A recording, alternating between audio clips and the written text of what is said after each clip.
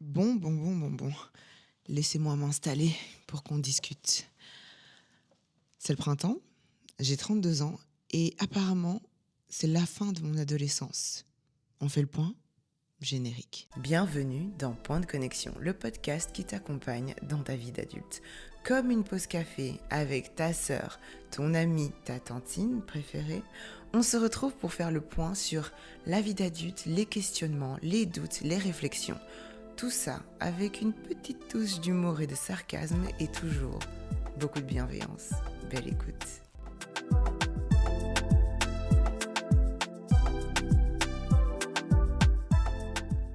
Hello tout le monde, bienvenue dans ce nouvel épisode de Point de connexion. J'espère que vous allez bien, j'espère que vous êtes bien installés pour cet épisode. J'ai l'impression que ça fait longtemps qu'on ne s'est pas retrouvés derrière le micro, enfin qu'on ne s'est pas retrouvés dans une conversation.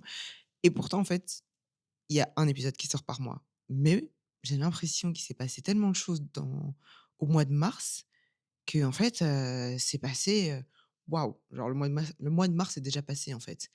Et bah, là, en fait, l'année a commencé, concrètement. Voilà, il y a eu le printemps, l'année a commencé, donc ça m'étonne pas trop d'avoir cette sensation que le mois de mars était intense.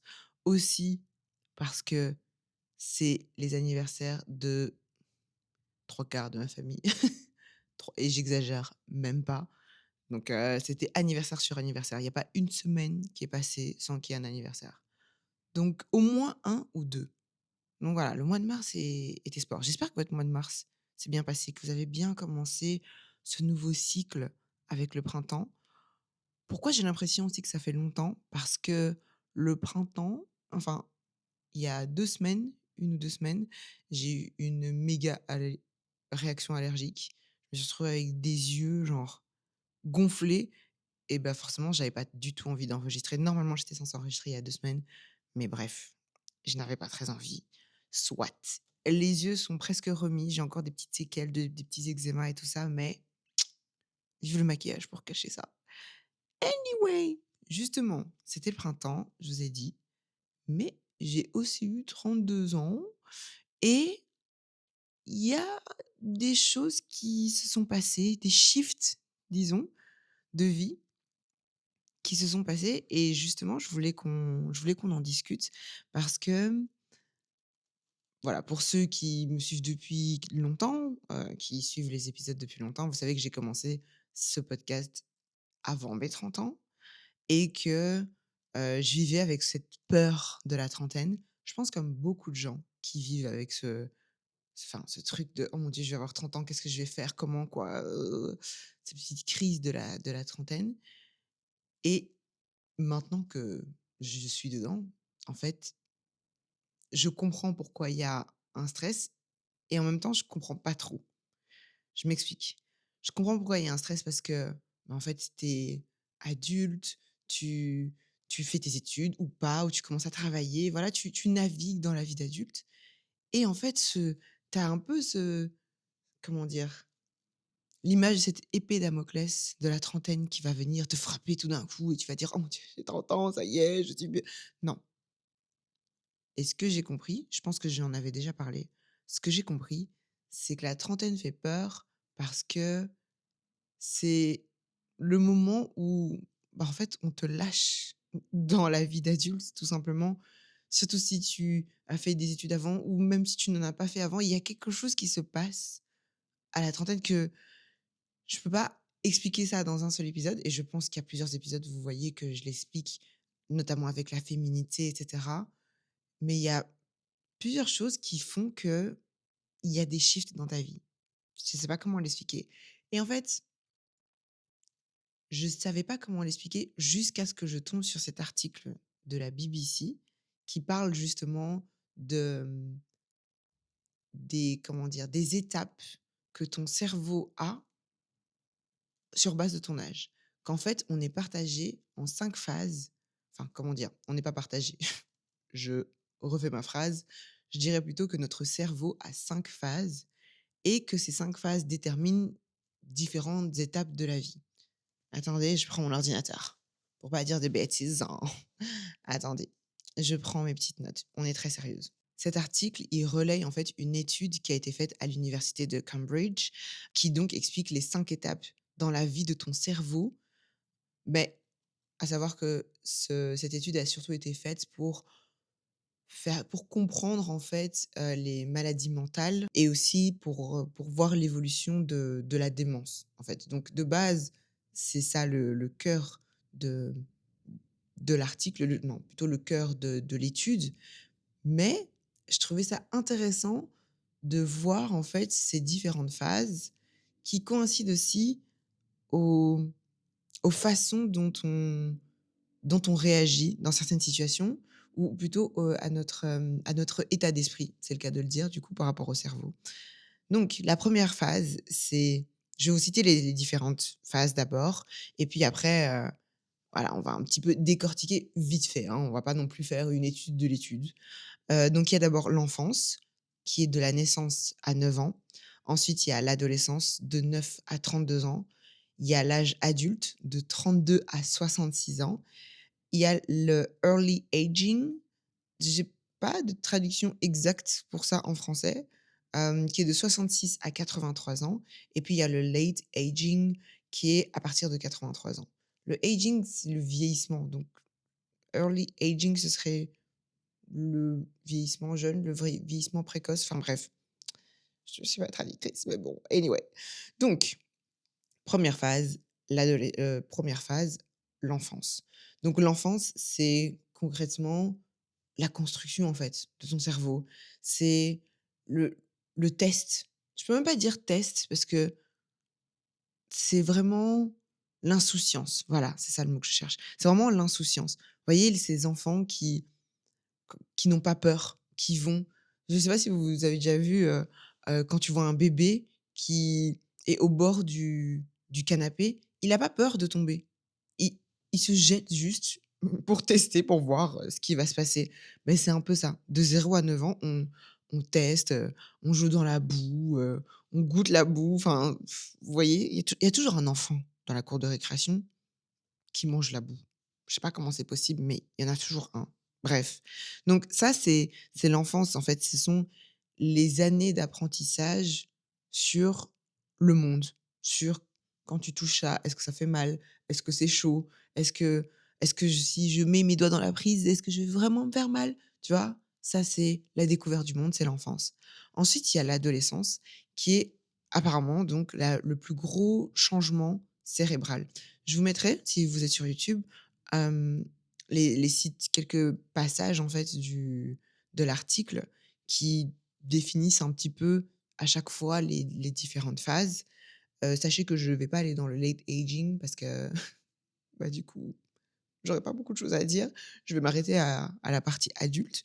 Donc je disais l'adolescence qui, en plus de la connaissance du monde, s'ajoute la connaissance de soi. Donc la connaissance de soi, on découvre, on expérimente, on teste, on échoue, on se construit et je vais pas vous l'apprendre, l'adolescence et l'âge adulte, c'est des montagnes russes parfois d'émotions, de se comprendre, de savoir ce qu'on n'aime pas, de ce shift en fait de tu as des amitiés qui commencent et qui se terminent, c'est vraiment enfin, je sais même pas comment qualifier ça, c'est vraiment presque le moment bouleversant, en fait. Parce que surtout que là, maintenant, ils disent que du coup, l'adolescence, c'est de 9 à 32 ans. Donc là, j'ai fini mon adolescence. Là, enfin voilà, là, ça y est, je suis plus une adolescente. OK. Donc en fait, c'est je comprends mieux, du coup, si notre cerveau fonctionne comme ça, je comprends mieux la phase de, comment dire? La phase de cette crise de la trentaine. Vous voyez que je disais ce que je disais au début, de cette peur de la trentaine, de cette crise de la trentaine. En fait, tu tu quand tu y arrives à la fin, à la trentaine, en fait, tu es en train de terminer ton adolescence.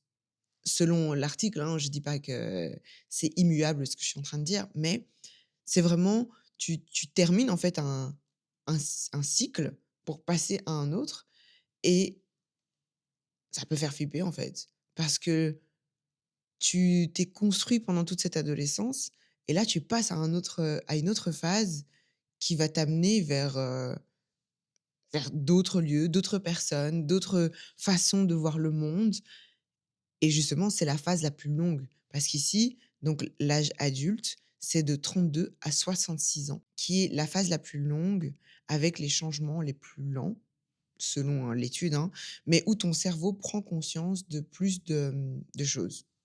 Alors, c'est pas un c'est pas un secret que quand tu arrives à la trentaine et s'il y a des personnes plus âgées que 30 ans, dites-nous en commentaire, guidez-nous s'il vous plaît, qui voilà, qui cette phase de la trentaine où tu as des choses que tu veux, que tu ne voulais pas quand tu avais 20 ans. Moi, je me rappelle, si je me mets dans la tête de, la Chélie de 22 ans, déjà, où est-ce que j'étais à 22 ans? Qu'est-ce que je faisais? C'est l'âge d'un de mes petits frères. À 22 ans à 22 ans, oui, je venais de me mettre avec celui qui est mon mari maintenant. Donc si je prends même juste ne fût-ce que notre relation quand on avait 22 ans, enfin, quand j'avais 22 ans et maintenant, c'est plus la même chose. Donc c'est vrai qu'en fait, quand tu passes de certaines même déjà quand tu passes d'une dizaine à une autre, tu sens qu'il y a des choses qui changent. Si tu remontes encore plus loin et que tu te dis: «La personne que j'étais à 12 ans, forcément, elle ne connaissait pas le monde comme maintenant, elle ne se connaissait pas aussi comme maintenant» et là, c'est une phase assez particulière et en même temps, presque, en tout cas pour ma part, plus apaisante que la vingtaine. La vingtaine, j'ai l'impression que ça allait dans tous les sens. C'est: «Je veux tester ça, je veux faire ci, je veux faire ça». En plus, je trouve que si je compare, par exemple, aux études, les études que j'ai faites, c'est vraiment tu as cours ici et puis machin et puis tu dois aller là et puis tu vas travailler et puis tu fais ceci et puis tu vas là et puis tu sors et puis tu reviens et puis tu enfin, c'était dans une journée, c'était des trucs, qui vont dans tous les sens. Maintenant, une routine s'installe, non pas que je suis en train de vous dire que je m'ennuie, je ne fais rien de mes journées, non, c'est pas ça, mais tu te crées des routines différentes, tu es plus posé, en fait, c'est ça. Attention, ne pas confondre être posé et ne rien faire, et s'ennuyer dans sa vie, hein, c'est pas ça. Et je pense qu'il y a une part de ça qui fait peur aussi quand tu as 20 ans, c'est que tu dis: «Waouh, en fait, quand tu deviens adulte, ça devient un peu chiant, en fait». Tu vois? C'est vraiment, bah, tu es posé chez toi, tu fais pas grand-chose. C'est l'image, en fait, qu'on a. J'ai dit, en fait, un peu trop de fois. Sorry.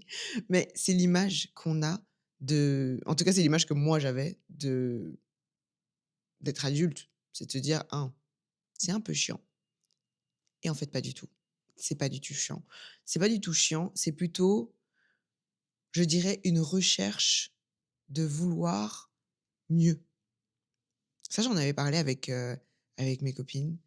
Vraiment de cette recherche de vouloir mieux. Mieux pour différents aspects de sa vie. Je vous le dis à chaque fois, hein, de toujours, qu'il faut qu'on soit fier des adultes qu'on devient, mais il faut qu'on soit fier en voulant mieux, tout simplement. Est-ce que je veux mieux dans ma situation financière, qui est liée à ma situation professionnelle? Est-ce que je veux mieux dans mes relations? Quand je dis relations, c'est les relations amicales, relations familiales, relations amoureuses. La personne que tu es quand tu as 22 ans, que tu sors avec des personnes et la personne quand tu as 32 ans, les attentes que tu as à 22 et les attentes que tu as à 32 ne seront pas nécessairement les mêmes. C'est un fait.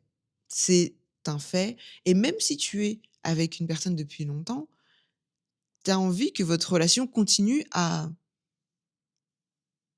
évoluer, j'ai envie de dire, à aller vers un mieux, à aller vers: «OK, qu'est-ce qu'on veut?»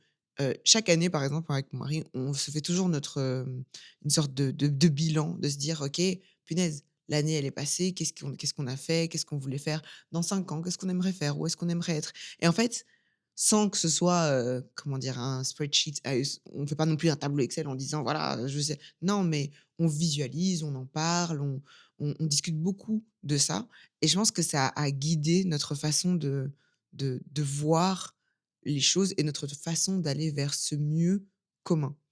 Mais donc il y a le mieux commun évidemment, mais il y a le mieux individuel aussi.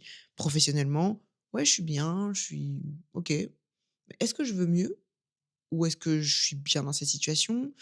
Qu'est-ce que je veux de mieux? Est-ce que je veux une situation est-ce que c'est financièrement que je me dis: «Voilà, j'ai acquis certaines compétences» ou j'estime que mon salaire peut être mieux que ça? Est-ce que j'estime que les conditions dans lesquelles je travaille peuvent être mieux que ça? Donc je pense que cette part de la vie d'adulte, bah, ton cerveau, en fait, cherche mieux. Tu te dis: «Ah ben OK, j'ai expérimenté ci, ça, qu'est-ce que je veux maintenant?» Le mieux pour ta santé aussi. Là, hem, niveau santé, je vais bien globalement, mais j'ai des petits bobos que tu des petits bobos où je me suis dit: «Ah!» Tu vois? Si j'avais fait un peu plus d'efforts et que j'avais fait un peu plus de sport à ce niveau-là, j'aurais pas eu ce bobo. Tu vois? C'est bon, c'est pas un truc de ouf, hein, mais je dois refaire du renforcement parce que j'ai eu une inflammation et que du coup, ça implique que il faut ouais, il faut repartir sur, de bonnes bases de sport. Donc niveau santé et quand je dis santé, je parle de santé mentale, physique, émotionnelle, tout ce que vous voulez comme santé, il faut en prendre soin, tout simplement. Parce que si la vie d'adulte, c'est de 32 à 66 ans, c'est long, hein? Donc si tu prends pas soin de ta santé maintenant, si tu prends pas soin de toi maintenant, de ta situation maintenant, je vous le dis toujours, il faut pas vivre avec des regrets et se retrouver à la fin de sa vie avec des regrets. C'est bon, c'est fini. On n'est plus dans ce mindset-là. En tout cas, si c'est votre mindset, je suis désolée, mais il va falloir changer de podcast. Parce que ici, on est dans une dynamique où on ne veut pas vivre une vie de manière oisive, sans savoir pourquoi on vit, sans savoir le genre de personne qu'on veut être. Voilà, comme ça c'est clair. Mais du coup, voilà, tout ça pour dire que ces 32 ans m'ont plus enfin cet âge-là m'a plus marqué que 31, que 30 ça m'a marqué aussi, mais 32, je me suis vraiment rendu compte que, bah, du coup, les 2 premières années de ma trentaine, ben, j'allais vers un mieux. Je voulais mieux. Je voulais me sentir mieux. Hem, je voulais me sentir mieux dans ma féminité. Je voulais me sentir encore mieux dans mes amitiés. Ce qui n'est pas toujours facile parce que on est dans un bouleversement où il y en a qui deviennent parents, donc on a moins le temps, on travaille, on a nos conjoints, conjointes ou pas, ou on a nos vies, en fait, de manière générale. Et je pense que parfois ça peut faire un peu peur dans ça peut faire un peu peur quand tu en arrives là et tu te rends compte que tu vois plus tes amis aussi souvent qu'avant, que tu as des amis qui habitent littéralement de l'autre côté de l'océan et du coup, c'est moins accessible de se voir, mais tu dois créer de nouvelles dynamiques. Tu dois créer, des conversations, même si elles sont différées. Tu dois créer des agendas où on prend des rendez-vous 3 mois à l'avance pour être sûr de pouvoir se voir et c'est comme ça et ça peut faire peur. Ça peut faire peur, je conçois, mais ne vous inquiétez pas. Vous êtes au bon endroit. On va ensemble, on va y arriver. On va y arriver, ça va bien se passer, on va s'accompagner, on va grandir ensemble. Mais tout ça pour dire que, voilà, c'est la fin de l'adolescence, c'est le début officiel de la vie d'adulte selon l'université de Cambridge. Même si je savais qu'on allait vers cette vie d'adulte, in fine, le cerveau, en fait, te dit tout simplement que ça y est. Attention, qui dit vie d'adulte ne veut pas dire que ça devient chiant. Je pense justement que qui dit vie d'adulte dit que ça devient intéressant. Accompagnons-nous pour vivre ça ensemble. Voilà, c'était ce que je voulais vous dire aujourd'hui en cette, journée de printemps avec de la lumière. Dites-moi en commentaire ce que vous en pensez. Où est-ce que vous en êtes justement dans cette trentaine? Comment est-ce que vous évoluez dans votre âge, quel qu'il soit? Même si c'est avant 30 ans, il y a pas de souci. Si vous avez 27 ans et que dans votre tête vous vous dites: «Non, moi j'ai 30 ans», enfin voilà, exprimez-vous, dites-nous un peu comment vous vivez le fait de vieillir, parce que vieillir, c'est inévitable. De toute façon, on n'a pas le choix, on ne peut pas aller en arrière. Mais il faut le faire correctement, il faut que ce soit beau, il faut que vous viviez votre «vieillesse» entre guillemets. C'est bizarre à dire, mais il faut vivre son âge. Il faut vivre son âge et malgré le fait qu'on ait des questionnements, qu'on ait des remises en question, qu'on qu'on change certaines choses, qu'on veuille de nouvelles choses, en fait, tout ça, c'est juste pour dire que on veut aller vers un mieux et c'est tout ce que je peux vous souhaiter. Tout ça pour dire, allons vers le mieux. J'espère que cet épisode vous aura plu. J'espère qu'il vous aura, comme toujours, fait un petit peu cogiter, évidemment.